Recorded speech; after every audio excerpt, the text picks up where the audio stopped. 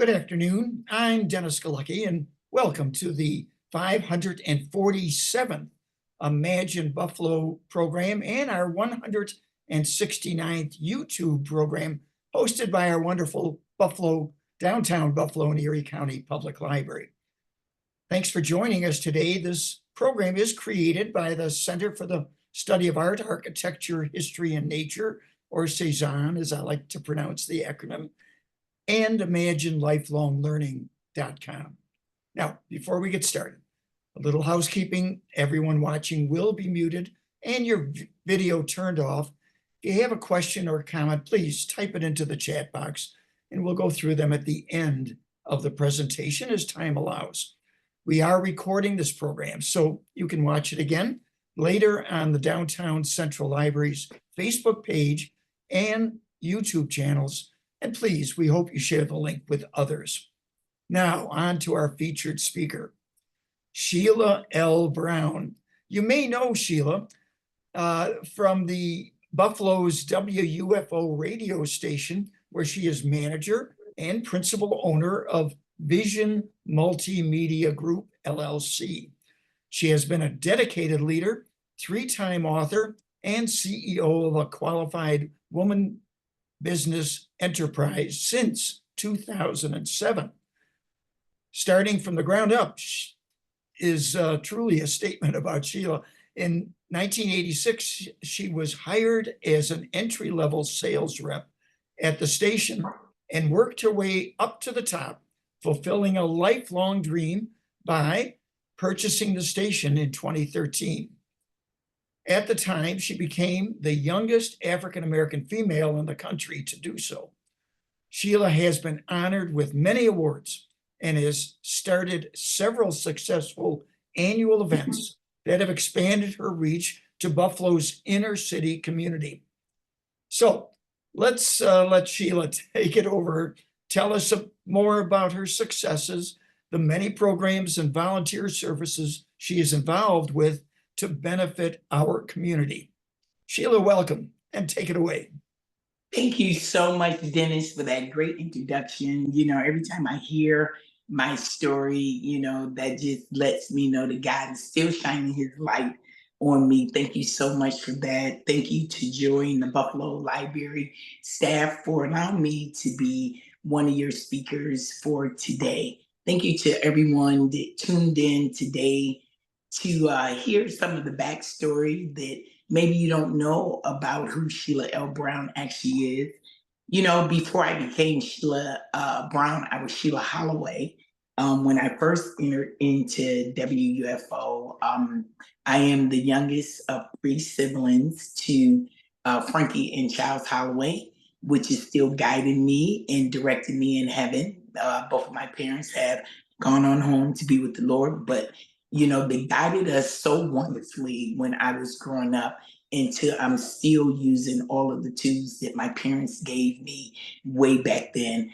I grew up in the Hamlin Park area, right around the corner from Canisius College. You know, my memories as a young child is really found. I had some great, great memories on our street and all of my childhood friends.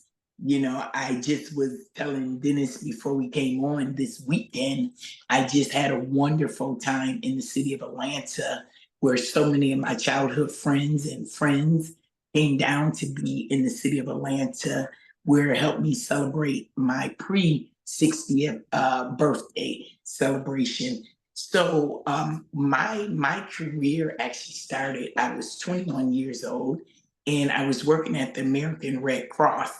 And at 21, you know, I had a salary, I had 401k, I had a medical.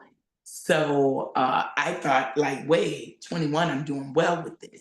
So we had a live remote, WUFO was doing a live remote, and the Red Cross was there to do the blood bank. So I would be the one that you would come to after you gave blood. You would come to me to get your juice and your cookies, your time where you have to sit down for 10 minutes to make sure your blood level is back to where it needs to be. And Jesse Key, which was the general manager at WUFO in 1986, said to me, wow, we have a position open in sales at WUFO. Would you be interested? And I'm like, well, I'm here at the Red Cross, I'm doing well.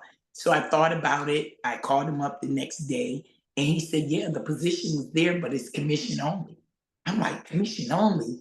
So my parents is like, you're gonna leave a job to go somewhere where it's only commission. And so I did in 1986, June to be exact.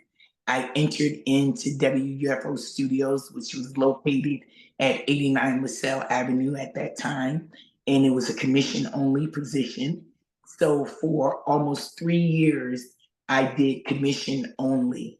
I knocked on every door that it was to knock on to get people on the airways of WFO because I always lived in the South. And then within 3 years, I surpassed my sales department. So they made me sales manager. So then I was able to get a salary, commission, and 401k. So I spent 14 years of my early journey at WUFO. And then in 1998, I actually left WUFO.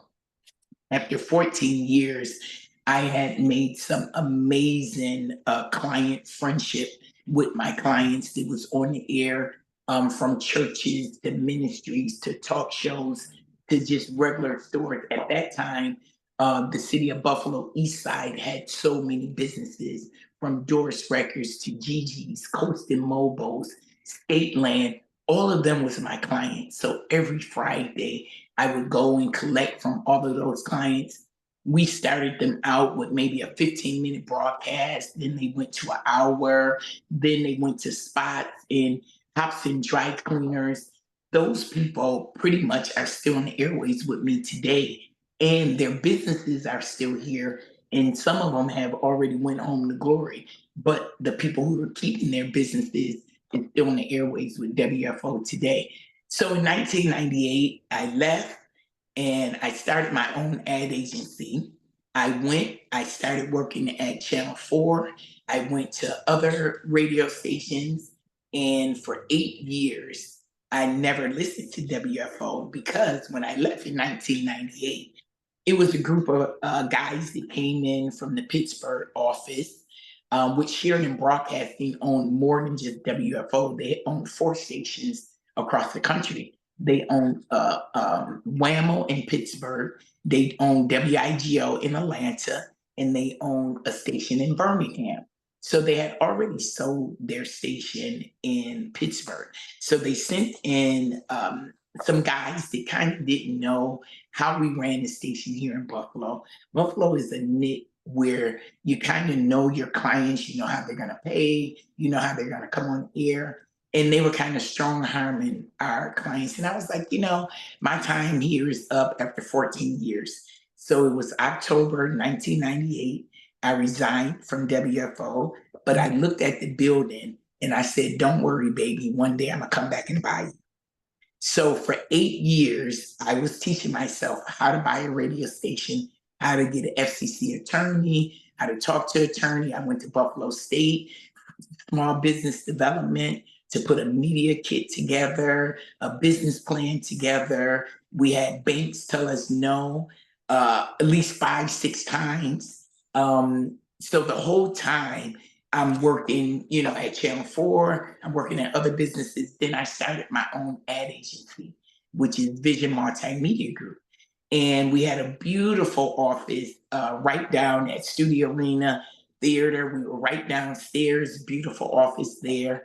And I had one of my clients at that time was bringing national recording artist CeCe Winans into town. They were going to be at Klein Hands Music Hall.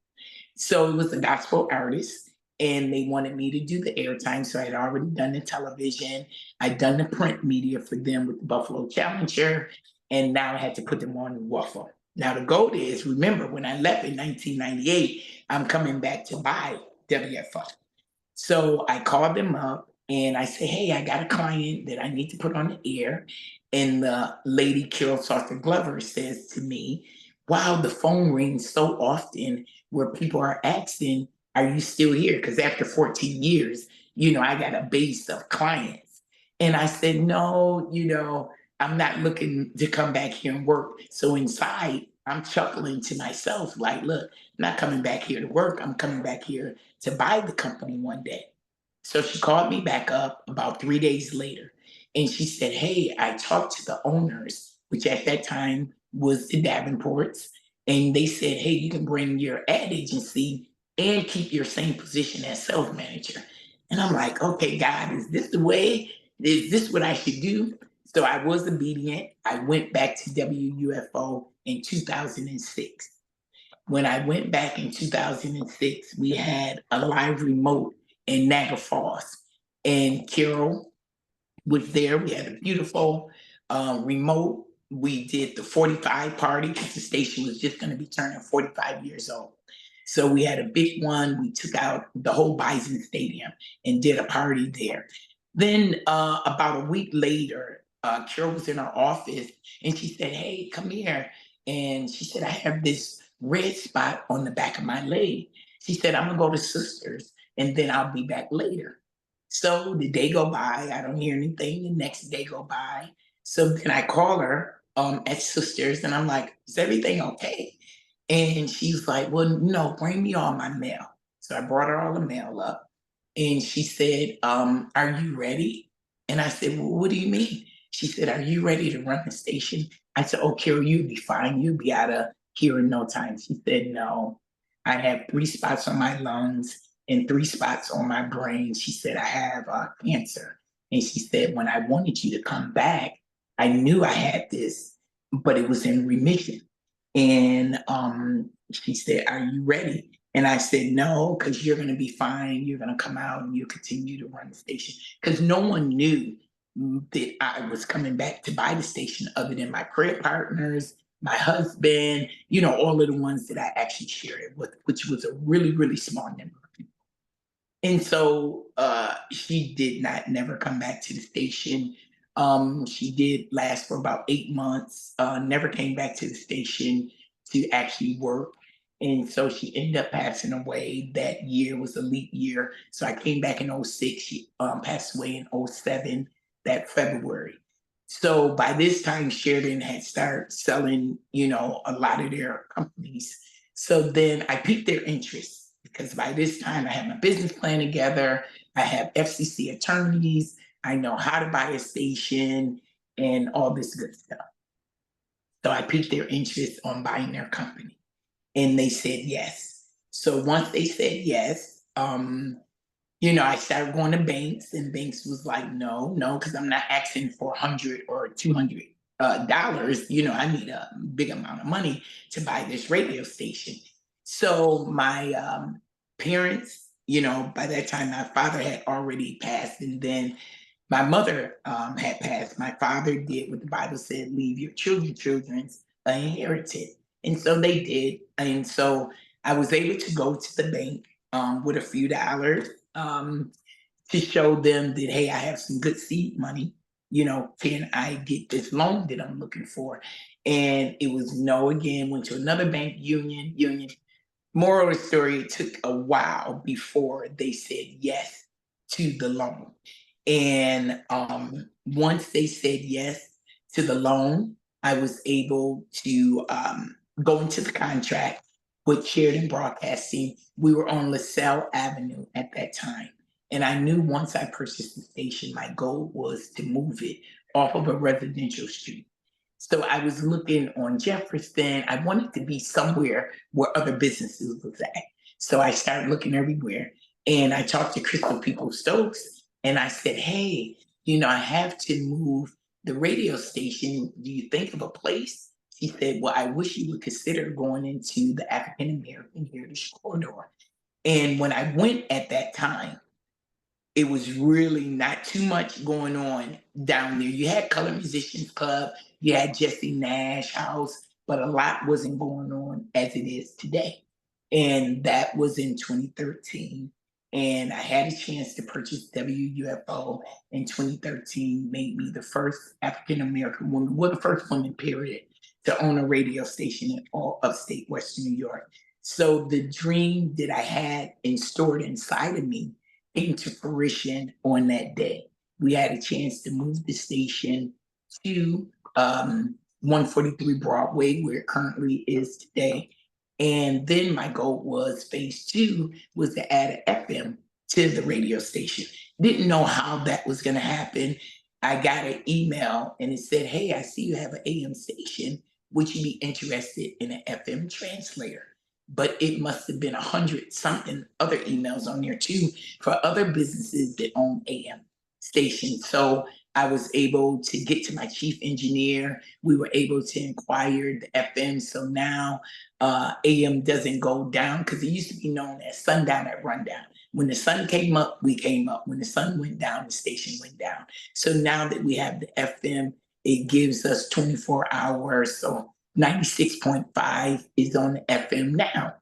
So we were able to inquire that. And my third phase was to restore WUFO's great history, not through just social justice of what the station is known for, but also the equipment from 8-track tapes to reel-to-reels to 45s. All the good thing Enjoy is putting up the website right now, which we are known for. So the collectives is there where people can come and they can see. We take them for decades from the 60s, 70s, 80s to current.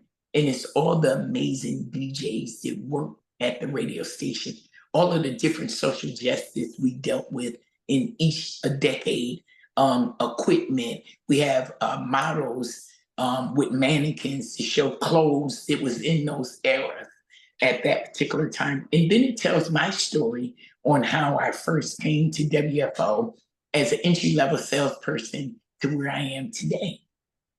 So in 2015, I had a chance to write my first book, because after I purchased the station, remember, I kind of kept it to myself. So a lot of people didn't know that I was on the verge of buying the radio station. So I penned my first book in 2015, 29 years of preparation. It's a guide and a blueprint to success. And after I had a chance to do that, remember, Sheridan Broadcasting owned 4 other stations. So I have twin boys, Barrington and Blaine, and they were here going to Morehouse in Atlanta. So I had a chance just 2 years ago in 2022 to purchase Sheridan Broadcasting last station, which was WIGO. Here in the city of Atlanta, 1570. So now I go to both. And as you see on the slide, you will see Rich Newberg. I see he's on the line. He had a chance to really tell my story. I was the first woman of color to get inducted into the Buffalo Broadcasting Hall of Fame. And these are some of the pictures from the Buffalo Broadcast Hall of Fame. Rich did an amazing video for me. He really captured my story, had my children in there. It was great. So my career has really been really rich, and God is still telling my story.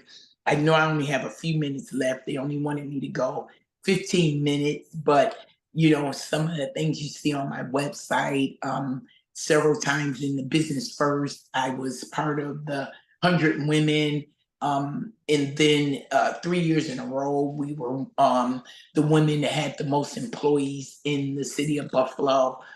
So we had a chance to do that. So it's so many things. And I always step on the saying of Cicely Tyson. She always says, the road that you are on was built for you and you alone. And I really believe that so many things that the Lord has allowed me to do, being the youngest owner of a radio station in the country. Unless someone's buying one today, then they kick me out of the box. But yeah, so my story is definitely rich. 3-time author. You come through the airport, my sign is there to welcome people in. You go in Martin Luther King Park, I have a sign up there. So I do want to stop, because I know Dennis only wanted me to go 15 minutes, and I think I'm over my time. I want to leave enough time for Q&A. Is that correct, Dennis? You are close enough, Sheila. Okay. What a wonderful background and inspirational story. I'm glad we're archiving this. It's something you can share then with others. But this is Imagine Buffalo. That's the program. imagine a greater Buffalo.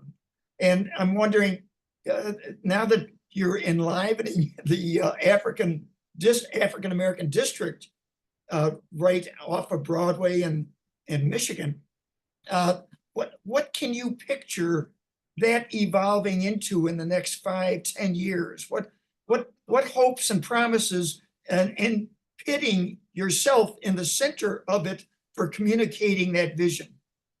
Well, Dennis, that is a fantastic question because I tell you, the African American Heritage Corridor right now is on the move.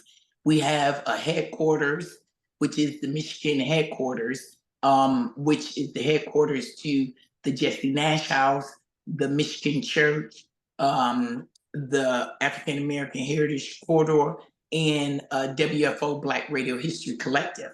We won an RFP from the city of Buffalo, which our new headquarters is going to be at 509 Michigan. So they're restoring 509. They're putting a twin building that looks like that, and then a building in the middle. And then our whole collective is going to be moved over to that side. And the Colored Musicians Club is going to take where we're currently at, and they're going to stretch all the way over.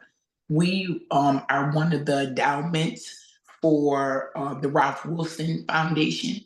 So all of the properties in the African American Heritage Corridor, we get a stipend every year for our collectives to bring people in. So right now, the corridor owns 3 of the buildings that's there now, and it's going to be restaurants, it's going to be boutiques, it's going to be vendors. We're looking to restore the Little Harlem with 12 hotel boutiques. So if you come into the corridor today, you'll be able to see plans on what it is. You'll already see construction going on through the whole corridor. So next year, this time, it'll look nothing like it does today. And we just got the corner building where Sonitrop used to be right there at the corner of Elm. And so the headquarters is gonna flip there. They're gonna have a visitor center. They're gonna pull up where buses will be able to pull up 8 at a time. We're gonna have a industrial bathroom there for buses when they come up. So that is gonna be an amazing area. And we're gonna do immersion tours where we're gonna have someone looking like Rick James, someone looking like Mary Talbert. So all of the rich history that's in the corridor, you're going to get a chance to see it next year this time. All right, I have to also push you to the limits here. Is there a way to make the Atlanta such a wonderful city, really just growing by leaps and bounds in many ways? How do you connect that Atlanta-Buffalo connection? How do you envision that happening, especially around tourism or just the radio stations? So we call it the ABC connection, Atlanta Buffalo connection. So we have already done 3 bus loads in the last 2 years to this radio station here in Atlanta. We sit on 9 acres of land here. So in the backyard of our station, we have a full stage. We have VIP decks in the back. You go all the way down, it's a little pond. So the Atlanta station is something really, really special. The WIGO here is the station that Martin Luther King used to be on when they were doing their civil rights movement. He had his own talk show on this particular radio station that we had a chance to acquire 2 years ago. So Dennis, we have already started doing the tours there. Like I said, we already had 2 bus loads of people come down already. We have 1 bus load come with just people that heard it on the radio. They jumped on the bus. They were able to see us cut the ribbon. It was something really special to have that many people in the city of Buffalo. And that was 2 years ago. And then just this year in June, we had 2 bus loads come down. And then on that Sunday, my church, which is the Pilgrim Missionary Baptist Church, they were able to have church on the lawn here in the backyard. So it was really, really special. Great. Joy, how are we doing for questions coming from our audience? Couple things. First off, I want to let Sheila know that I was at the station this past Sunday morning with Congressman Kennedy and Zanetta and our board chair, Kimberly Johnson, and Howard Johnson, who's now former Erie County legislator, who's now from the Board of Elections. And we were on just for a half hour, 11:30 in the morning, and it was fun, it was spiritual. We got a lot out in a short amount of time about all the good things libraries and the Board of Elections are doing. I have a couple things I want to read to you, Sheila. Yes, your story is so inspiring. Somebody writes, thanks for the shout out. I was honored to do your Hall of Fame profile with videographer Tim Vetter. That's from Rich Newberg. Yes. Somebody named Bob wrote to us, who is the most memorable person you have met during your professional journey? And why is that person your most memorable? And we have about 6 minutes left, and I have 2 more questions after that. Okay. I'm going to make it real quick. I would say, might not be rich or famous to a lot of other people, but I'm going to say Matt Lucci at Doris Record. Matt Lucci, early in my career at 21 years old, really gave me a lot of background story to WFO in the 60s, 70s. I started in 86, so he gave me 2 decades of WFO where it used to be on Cayuga, because before he started Doris Records, he was a UPS driver. So he would be the one to deliver all of the tapes and the CDs and albums to WUFO at that time. So I want to say for me, it would be Matt Lucci. Now, I have met some really famous, great people, but for me, Matt Lucci. Nice. So somebody asks, and this leads into, it's actually 2 questions. Any plans in the works to involve Buffalo students? But I know also you are a Girl Scout leader. Yeah. And so you're working with young girls all the time. What are some of the things you do to inspire them? So I want to say to the person that asked that question, we do have an internship program with 4 colleges. We have Villa Maria, we have ECC, we have Buffalo State College, that we do internships with them right now. And 3 of my employees, Raven, she came from Bryan and Stratton 10 years ago as an intern, and I hired her. Janelle, then our promotions department, she came from Buffalo State, and we hired her. Frank Hanley, he came from ECC. So normally when the interns come in, they learn our craft, they learn the business, and then we end up hiring them. So we have an amazing internship program that we do every quarter at 4 different colleges. And yes, I became a troop leader. I was a Girl Scout like all my life. I mean, it was like, I think I might have still been in high school. I don't know, but it was a long time. And so I started my troop last year. I have the little ones. I have the Brownies and the Daisies. And we are teaching them about entrepreneurship with their cookies. This year, they were the highest to sell the most cookies in the Girl Scout troop. So what that did is they used our troop for the national photo shoot. So we are on the back of buses. We are on commercial ads. We are on lawn signs. I mean, my babies are amazing. We the only one that has the multicultural troop in the city of Buffalo. And it was all authentic, because when I first decided I wanted to do a troop, because at my church, we had one of the biggest Girl Scout troops when I was growing up. So I wanted to introduce it back. And we had one girl. And I'm like, okay, God, you sure this is what you want me to do? And then it just came authentic, where people were calling the Girl Scouts saying, hey, I need something in this zip code. So we have a mixture of children. It's a melting pot, and they are all so amazing. They talk to each other about their nationalities. We bring them to the station. We give them tours. They are very inquisitive about everything. So yeah, that is probably the highlight of everything I do outside of raising my own children. My daughter is 30, my twin boys is 26, but them Girl Scouts, those are my babies. That's very sweet. Dennis, I think we're going to wrap it up with those questions. So, well, I just, Sheila, you've got this collaborative.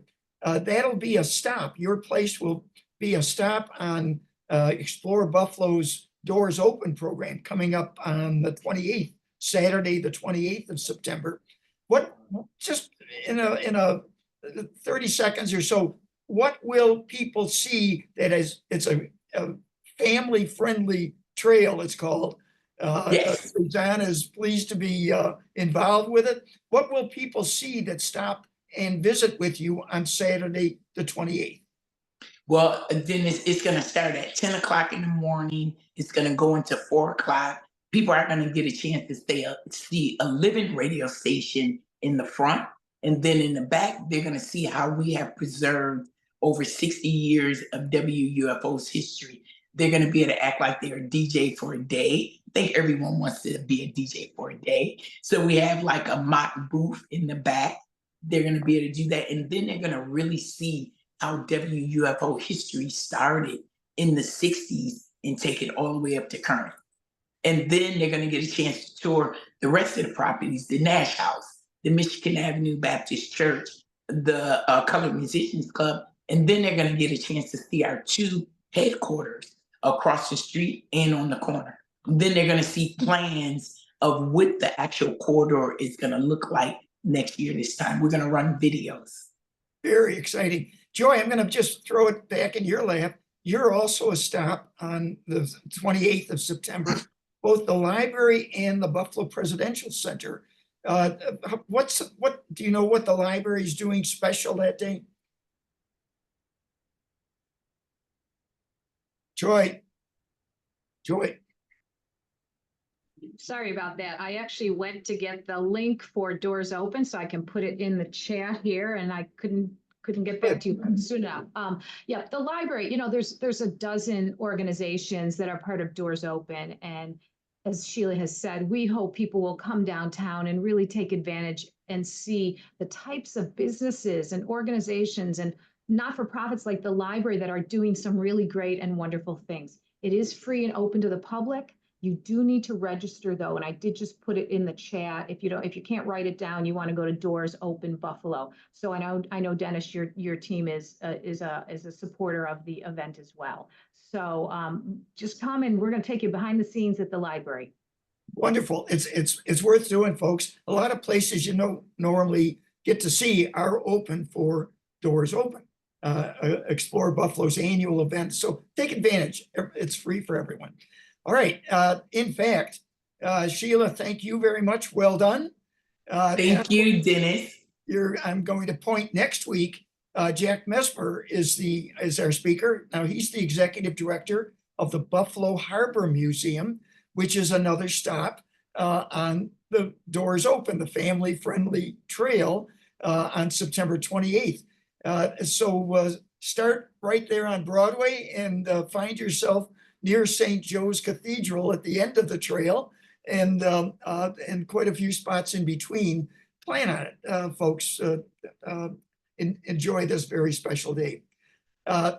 So thanks to you all for watching today and supporting this program. I'm Dennis Galucki. Be well and good day.